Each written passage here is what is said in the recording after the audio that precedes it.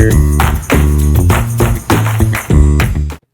it's Eric with Jazz Wealth Managers. We don't just invest the dough. We like to educate you on your dough. Let's take a look at Roth conversions. I'm going to explain these out on the board in just a minute. I want to go through them step by step, really break this down, but also I want to talk about what the Roth conversions are for, because ultimately, even if you understand what they are, you've really got to factor in what they're for. And from a financial planning perspective, this is something that we talk with our clients about here at Jazz Wealth. So let me take it to the hand on the board and let me show you exactly what I'm talking about. So the first thing is, if you don't know, some of you may think this is really basic, and that's fine. But like I say, there's still a lot that's coming here for you. So you've got your traditional IRA, you have your Roth IRA. The way this is going to work is, let's just say you have $100,000 and you want to convert this over to Roth money. Well, you're going to basically just take the $100,000, you can shift it over and put it here, and then it's going to grow tax-free. But the big thing about this is all going to show as income for that year. Now, if you're 59 and a half or older, you may be able to actually convert this and then take a portion of it to help pay the taxes. But if you're under 59 and a half, you can't do that. And really, it's not recommended to do that in the first place because you're not going to be able to convert as much.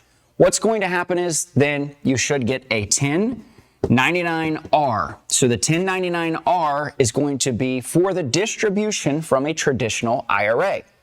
From there, what you're going to have is the 5498. This is what you need to file for the contribution to the Roth IRA, or the conversion there within the Roth IRA. So that's what needs to take place.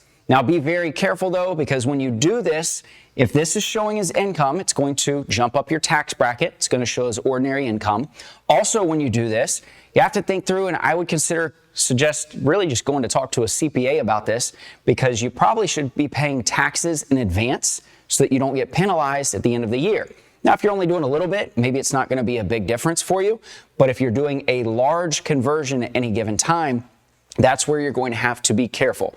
So that's the basics. But what about the planning side of this? Why would you do the Roth conversion?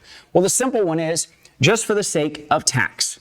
So you have your tax here, and as far as everything goes, you say, hey, you know what? I'm just going to push it all over here. I'm going to try to convert it for my sake. As long as I live, I want to be able to save the dough on the taxes. The second thing that you can think about, though, is for the spouse. So let's say you're married. Well, what ends up happening is, let's say you both retire at age 60, but one of you, there's two of you here, but one of you passes away at 65, while the other one continues to live all the way until 90. Well, now this person is going to be in the single filer tax bracket, and when that ends up happening, that means that if you have a lot of IRA money that's over here, they're going to have to force that out with the required minimum distribution, and then that's going to bump up their taxes. So if you ever look at the married filing jointly or the single filer tax brackets, you're going to see the big difference there. So if you're doing this, you got to think about that as well. That's another way to look at the planning. And the third way to look at the planning is for inheritance. So as far as inheritance goes, what ends up happening because of the way they've changed everything with the Secure Act is that what's going to happen here is you're going to actually take the money out through 1 to 10 years. So anytime you inherit an IRA, the children or whoever inherits that outside of the spouse is going to have to take it out within 10 years. They're first going to have to continue the RMD each year during that 10-year period, and then that whole account has to be withdrawn.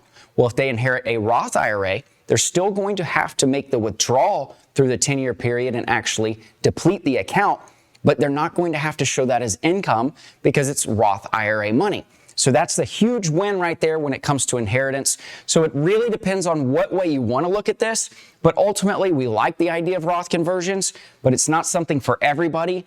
And when you do it, you really want to have the right financial plan to figure that out. If you haven't gotten the financial plan, you want somebody to work with, think about us here at Jazz.